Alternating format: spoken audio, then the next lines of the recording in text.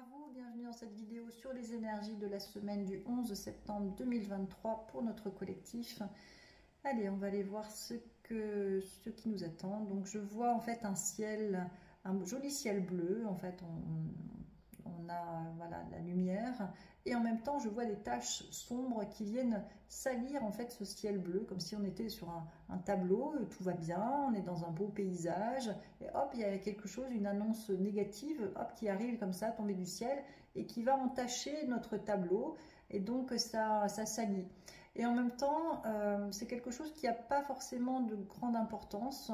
Ça peut être bon, justement des choses véhiculées par les médias qui vont peuvent nous impacter. Mais si on ne donne pas d'intérêt, en fait, ben, ça s'efface tout seul.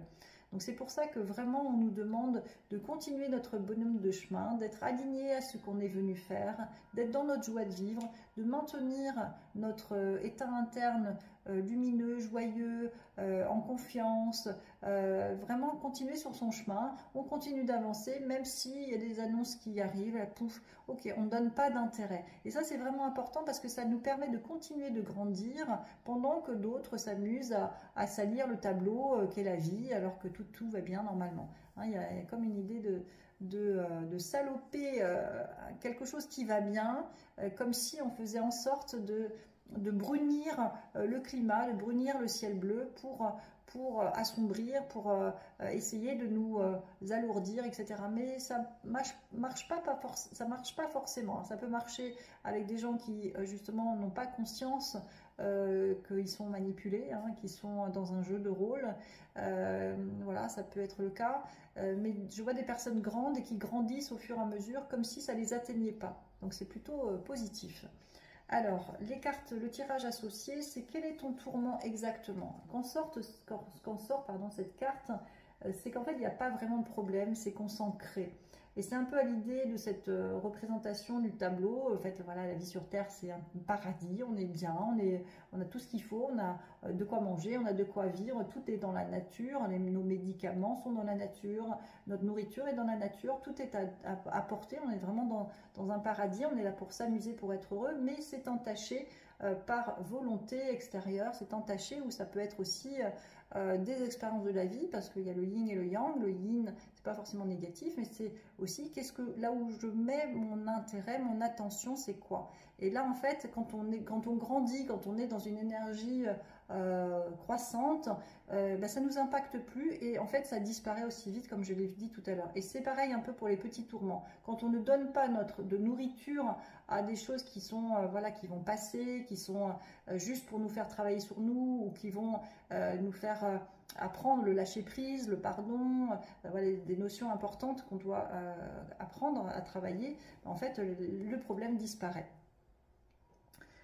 Deuxième carte, voilà, donc quel est ton tourment exactement? Ça c'est la carte question à se poser. Donc il y a trois cartes d'obstacles. Donc mémoire karmique, donc effectivement notre collectif joue encore et rejoue un scénario déjà connu de dominant-dominé, de retrouver sa grandeur, sa puissance, sa souveraineté. Donc il y a beaucoup de choses au niveau karmique qui sont à libérer, qui sont à nettoyer, qui sont à transformer. Hein, donc déjà apprendre à grandir, à ne pas se laisser dominer par quelqu'un qui se prend pour Dieu. Ça aussi c'est ne pas remettre son pouvoir à l'autre, c'est aussi important. Donc mémoire karmique est en lien avec ça, d'après ce que je vois. Je repose la question, la mémoire karmique est en lien avec quoi? Alors la peur de la mort aussi, la peur de l'enfermement. Hein, je vois comme si notre humanité allait être prise dans un sac et être secouée, ballottée, et qu'on perde l'ancrage, qu'on perde le pied aussi. Donc bon, ça c'est aussi la peur du changement, la peur de mourir, hein, tout ce qui peut être en lien avec ça. La deuxième croyance, c'est Dieu ne m'entend pas. Donc Dieu c'est le Père, c'est la vie, c'est voilà, comment on place les énergies de puissance hein, qu'on ne peut pas dominer, qu'on ne peut pas contrôler. Dieu ne m'aime pas, c'est aussi se maintenir dans une posture de victime, pauvre de moi, la vie ne m'aime pas, il m'arrive que des ennuis, etc. Donc quel est mon tourment? C'est ça, je focalise sur mes problématiques, mes petits tourments, alors qu'en fait ils pourraient largement passer à autre chose et en apprenant à lâcher prise et à focaliser sur ce qui va bien. Dieu ne m'entend pas, voilà. Donc savoir exprimer aussi sa lourdeur, sa souffrance, savoir exprimer en je ressens, j'ai besoin, je me sens pas forcément heureux, qu'est-ce que je vais faire comme action qui va me rendre heureux? On a aussi la responsabilité de se rendre heureux. Hein. Le changement est dangereux, donc c'est en lien avec le changement. Effectivement, hein, comme je voyais, notre humanité brassée comme ça, qui allait, comme si on était des pions et qu'on allait refaire le jeu avec des pions différents. Et donc ça invite à se reconnecter à son environnement, à retrouver quelque chose qui, comme si on avait un peu la tête qui tourne et qu'on n'arrivait pas à retrouver cette stabilité. Il faut savoir que notre stabilité, elle n'est pas en lien avec l'extérieur, elle est en lien avec notre intériorité. Plus on est connecté à notre paix intérieure, notre corps c'est comme une église. Quand on rentre dans une église, quand on va dans son cœur, on sent cette sérénité, cette force puissante de spiritualité qui est là déjà grâce aux prières, grâce à plein de choses qui ont été véhiculées dans le lieu. Notre corps il est à cette image-là. Notre corps c'est comme un temple sacré. On doit rentrer et faire silence à l'intérieur pour pouvoir connecter des intuitions, pour pouvoir aller connecter notre paix intérieure, notre amour et notre valeur divine. Donc c'est vraiment trouver la sécurité à l'intérieur de soi, même si c'est le bordel ambiant, je vais chercher ma sérénité par la méditation ou par quelque chose qui va m'apaiser, qui va me calmer mon intériorité, c'est important. Donc le changement est dangereux, c'est une croyance à travailler. Bienvenue si vous avez besoin de soutien, si vous avez besoin que vous traversez des changements aussi dans votre vie. Je vous aide à gagner en hauteur et à voir le pourquoi, ce qui est nécessaire de faire et ce qui est le plus aligné à votre âme et le pourquoi de votre incarnation. Enfin, il y a tout un tas de choses. Savoir pourquoi on existe, pourquoi on est sur Terre, c'est quand même important. Pour moi, c'est la base et c'est une question que je me pose depuis enfant. Qu'est-ce qu'on est venu faire dans ce bas monde? Et il y a un sens spirituel à notre existence. Donc c'est important de le savoir, ou en tous les cas d'aller faire des recherches là-dessus. Et c'est pas notre mental qui va nous aider, c'est notre cœur, c'est notre corps qui va nous guider vers notre réalisation. Donc les deux cartes conseils, c'est moi et choisir la lumière. Alors, je travaille pour l'élévation de mon moi. C'est le but de l'incarnation. On est là pour travailler sur soi. Le véritable travail, c'est le travail sur soi.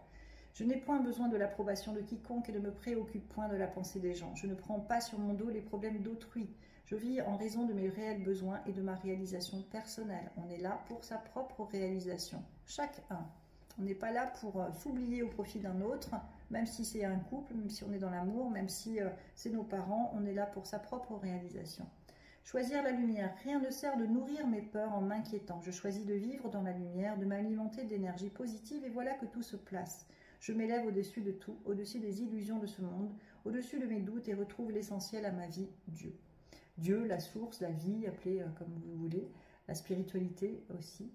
Hein, l'essentiel à notre vie, c'est d'être heureux, de se réaliser du point de vue de son âme et de faire ce que notre aspiration profonde nous demande. Voilà, je vais demander s'il y a autre chose pour cette semaine du 11 septembre 2023 pour notre collectif. Voilà, donc d'apaiser son cœur, de ne pas rentrer systématiquement dans l'émotion et nourrir des émotions, plutôt voilà, apaiser son cœur, aller trouver cette sécurité intérieure, ce calme intérieur pour pouvoir offrir la version divine de notre être, pour pouvoir offrir ce que nous sommes de plus lumineux, de plus heureux, de plus joyeux. Ça ne veut pas dire qu'on ne prend pas acte de nos émotions, hein, ça ne veut pas dire qu'on s'oublie, oublie sa version humaine. Au contraire, on doit répondre à nos besoins. Si notre enfant intérieur, notre version humaine, et dans l'émotion, justement, l'aider à exprimer cette émotion-là sans la rejeter, l'aider à passer à autre chose aussi, l'aider à se reconnecter, à libérer des choses, à travailler sur soi tout simplement. Voilà, je vous souhaite une excellente semaine, bien à vous.